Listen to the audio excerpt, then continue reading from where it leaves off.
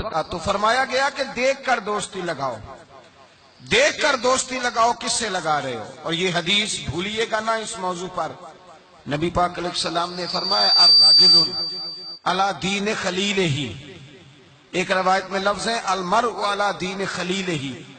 حضور نے فرمایا سنیں، یاد رکھیں، نبی پاک فرماتے ہیں آدمی اپنے دوست کے مذہب پر ہوتا ہے۔ کہاں ہوتا ہے؟ اپنے دوست کے، یہ نہیں کہ وہ جب وہ گیا تھا تو اس کا مذہب وہ تھا، فرمایا جب یاری لگ جائے گی تو اس کا مذہب وہی ہو جائے گا جو اس کے دوست کا۔ آج بہت سارے لوگ صحابہ کے بے ادب ہو گئے، اس لیے کہ بیٹھتے ان لوگوں کے پاس تھے جو صحابہ کے بے ادب تھے۔ بہت سارے لوگ اہل بیت اطہار کے بے ادب ہوئے، اس لیے کہ بیٹھتے ان کے پاس تھے جو اہل بیت اطہار کی بے ادبی کرتے۔ بہت سارے لوگ رسول اللہ صلی اللہ علیہ وسلم کی عظمت اور شان اور حضور کے رفعت، مرتبے اور مقام کے بارے میں معاذ اللہ مشکوک گفتگو کرنے لگے، اس لیے کہ وہاں جا کے بیٹھے تھے جہاں یہ گفتگو ہوتی تھی۔ المرء علی دین خلیلہ، آدمی اپنے دوست کے مذہب پر ہوتا ہے، اسے دیکھنا چاہیے میرا دوست کون ہے۔ اگر تیرا دوست اللہ سے ڈرنے والا ہے تو تیرے دل میں بھی خوف خدا پیدا ہو جائے گا۔ اگر تیرا یار رسول اللہ سے پیار کرنے والا ہے تو تیری خواب میں بھی مدینہ آیا کرے گا۔ اگر تیرا دوست حضرت ابوبکر صدیق، عمر فاروق، عثمان غنی، مولا علی کا نام لینے والا ہے تو انشاءاللہ تیری روح بھی ان سے پیار کرے گی۔ اور اگر تیرا دوست امام حسن، حسین، سیدہ فاطمہ الزہرا کا نام آنکھیں جھکا کے، سر جھکا کے لیتا ہے تو انشاءاللہ تیری روح بھی ان کی بادب ہو جائے گی۔ اگر تو اچھی صحبت میں بیٹھے گا تو تو اچھے آداب سیکھے۔ دوستی سوچ سمجھ کر معیاری دوست بنائیں، معیاری لوگوں سے دوستی لگائیں اور دیکھ کر لگائیں کہ آپ کا دوست کون ہے، یار کون ہے۔ یہ نہیں ہو سکتا آپ اثر قبول نہ کریں۔ اس لیے میرے رسول پاک سید عالم صلی اللہ علیہ وسلم نے پہلے نصیحت فرمائی، حضور نے نصیحت فرمائی، فرمایا بندے سے دوستی بندے کی وجہ سے لگانی نہیں۔ تو یا رسول اللہ کس وجہ سے لگائیں؟ تو حضور نے فرمایا دوستی جس سے بھی لگاؤ یا خدا کی رضا کے لیے یا محمد مصطفیٰ کی رضا کے لیے۔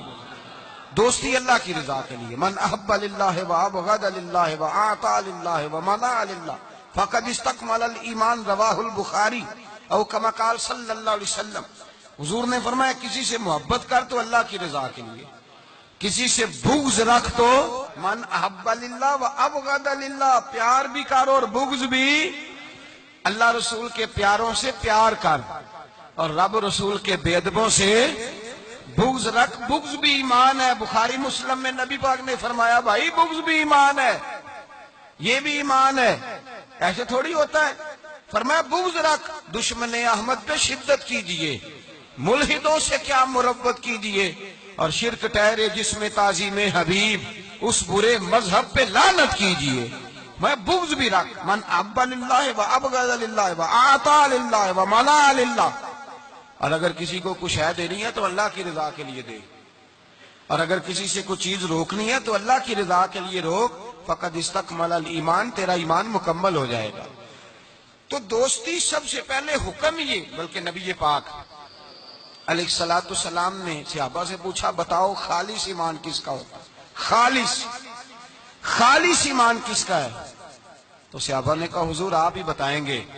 تو نبی پاک نے فرمایا خالص ایمان اس کا ہے جو پیار بھی اللہ کے لیے کرے اور نفرت بھی اللہ کی رضا کے لیے کرے، اس کی ذاتی اس کا کوئی فائدہ موجود۔ یہاں لوگ ذاتی فائدے کے لیے دوستی لگاتے ہیں۔ امام غزالی رحمت اللہ تعالی علیہ فرماتے ہیں میں زیادہ دوست نہیں بناتا، اس لیے کہ دوستی کے بہت زیادہ حقوق ہیں، میں اتنے حقوق نہیں ادا کر سکتا، میں تھوڑے دوست بناتا ہوں۔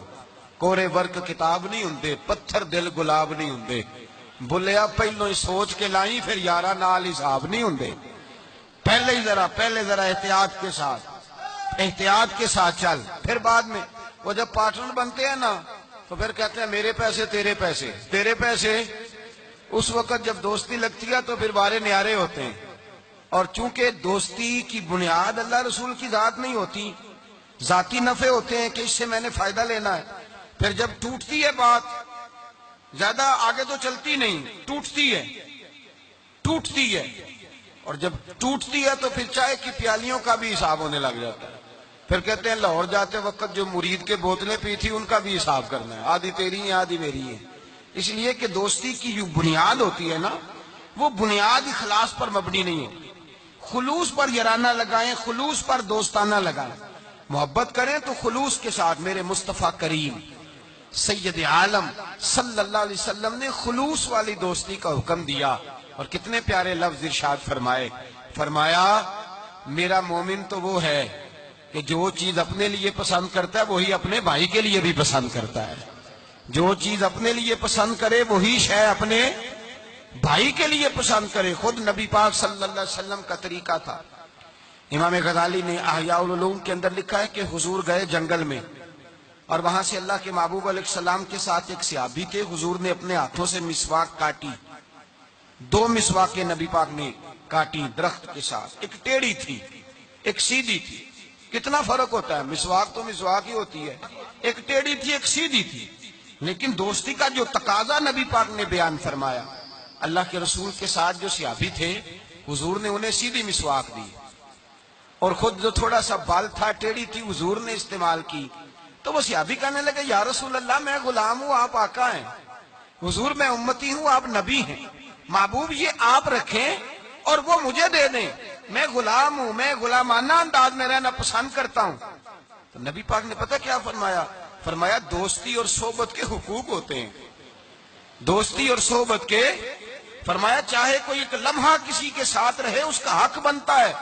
اور اللہ تبارک و تعالیٰ قیامت کے دن دوستیوں اور صحبتوں کے بارے میں سوال کرے گا.